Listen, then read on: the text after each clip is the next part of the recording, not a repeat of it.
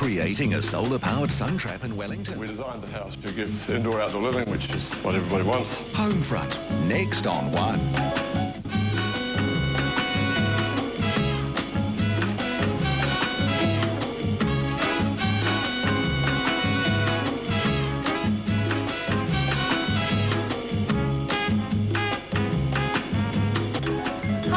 Welcome to Homefront. First up tonight, Dave checks out a Wellington home that's a new take on the traditional sun trap.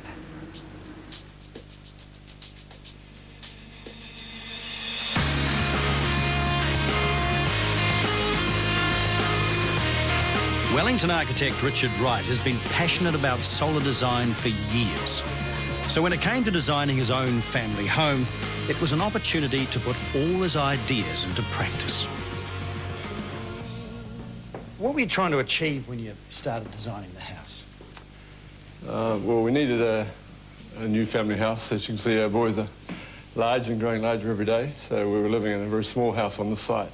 So we built a house, a narrow house, at the very back edge of the site. The boundary's quite close. My particular passion is environmental design. So here was an opportunity on this particular site to use solar and use natural ventilation. And also I was very keen to get a lawn. Wellington lawns are pretty special. So we designed the house really to give indoor-outdoor living, which is what everybody wants, but also do it in a way that we've got a house that is very transparent to let the sun in and one room deep, so we can get solar heating all year round. What's unique about Richard's solar system is that energy captured by the sun is stored in a rock bin downstairs and then used when needed. This is known as active solar heating, and it's all computer controlled. How do these louvers work, Richard? Well, they're automatically controlled by a computer which measures the temperature up in this area we're in and measures the temperature down below and averages it. And if it's too hot up here, basically, they open and let the heat out. So they're a climate control, They're a climate control. Yeah, but they also, in winter, if it's too hot in here, it's a great thing, and they stay shut and all the hot air gets taken down this duct down to the rock bin in the basement. Oh, I see. So basically, these louvers are helping to keep a nice comfort range, summer and winter. Right. And this balustrade is another solar feature, and it was a bonus. That's right. Well, we always knew we wanted to have a balustrade as part of the design of the house to get the connection. And looking at the way it sat in relation to the glass, I thought, well, why not make it a solar water collector? So the hot water is in a closed loop and it flows through here, save money. So it's something for nothing? Something for nothing, and if it looks good, which I think it does, that's a bonus. Yep.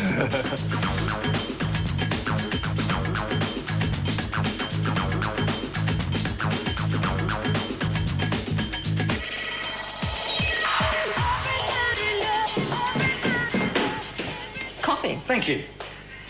You've picked a lovely range of colours here.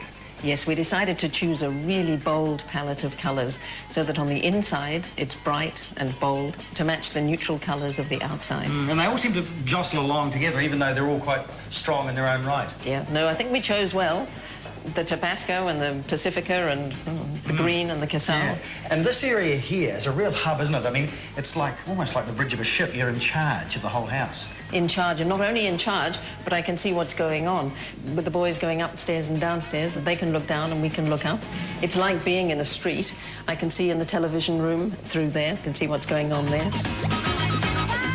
And talking of streets, I can see the front door from here as well, which is brilliant. So we can see who's coming. And even into the living room. And even into the living room, which is a good view through there. We can see all the lovely paintings on the wall in there. It's quite unusual, really. I mean, it's a big house, and yet it seems to have a transparency and an immediacy. No part seems to be cut off from any other. No, it's good. Everyone feels part of what's going on, and yet there are spaces that people can go to if they want to, but we're a family and we're all together, so it's good.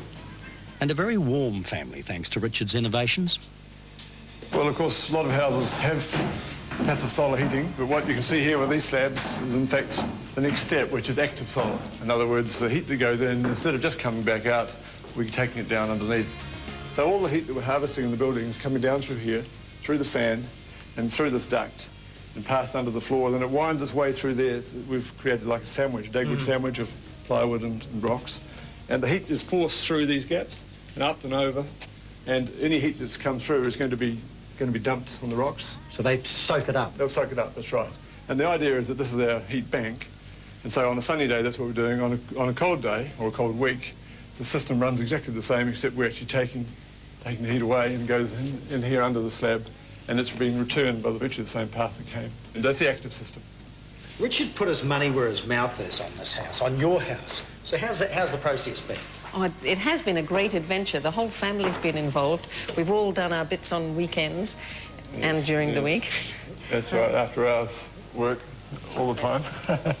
But it's all come together just as we hoped. In fact, better than we possibly, or better than I possibly imagined. Great when a client says that.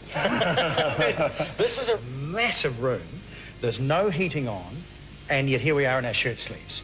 So obviously you'll be delighted the system works. Yeah, I am, because it's all about having faith in thermal mass, lots of glass, and ability to manage it. It always feels this good. Always feels this good.